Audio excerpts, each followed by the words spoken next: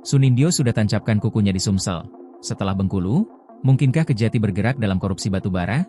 Penetapan dan penahanan mantan Direktur Teknik dan Lingkungan Dirjen Minerba Kementerian ESDM, Sunindyo Suryo Herardi oleh Kejaksaan Tinggi Bengkulu membuka peluang terbukanya kotak Pandora kasus-kasus pertambangan di wilayah lain. Salah satunya adalah Sumatera Selatan, provinsi yang dalam beberapa tahun terakhir kerap disorot karena persoalan tata kelola tambang. Sunindyo bukan nama asing di lingkungan Kementerian ESDM.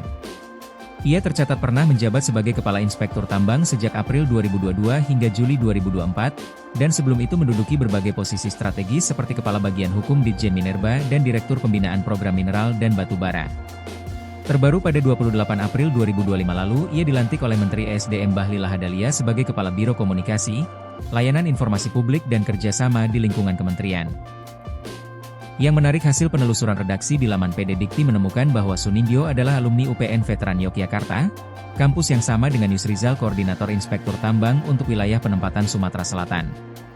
Berdasarkan catatan redaksi, Yusrizal sendiri ditunjuk sebagai Korit pada September 2024 lalu.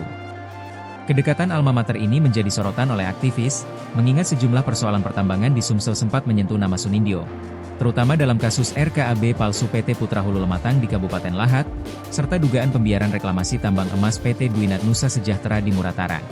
Masyarakat sipil dan aktivis lingkungan menilai Sumsel adalah ladang lama yang menjadi saksi sepak terjang Sunindyo semasa menjabat di Dirjen Minerba. Berbagai permasalahan muncul, yang sempat dikaitkan dengan kepemimpinannya di lingkup pembinaan dan pengawasan tambang batubara di Sumsel. Mulai dari RKAB bodong untuk aktivitas tambang ilegal, bekas tambang tanpa reklamasi, sederet IUP bermasalah yang belum dicabut, sampai dugaan keterlibatan pejabat lokal dalam pengurusan izin. Jika di Bengkulu bisa dibongkar, mengapa di Sumsel tidak?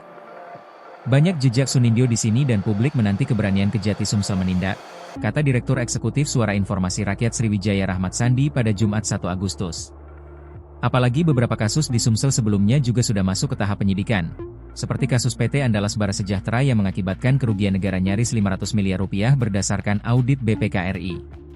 Sunindyo dinilai Rahmat juga sebagai simbol dari apa yang salah dalam tata kelola tambang nasional, yakni relasi kekuasaan, kelonggaran pengawasan, hingga kedekatan jejaring.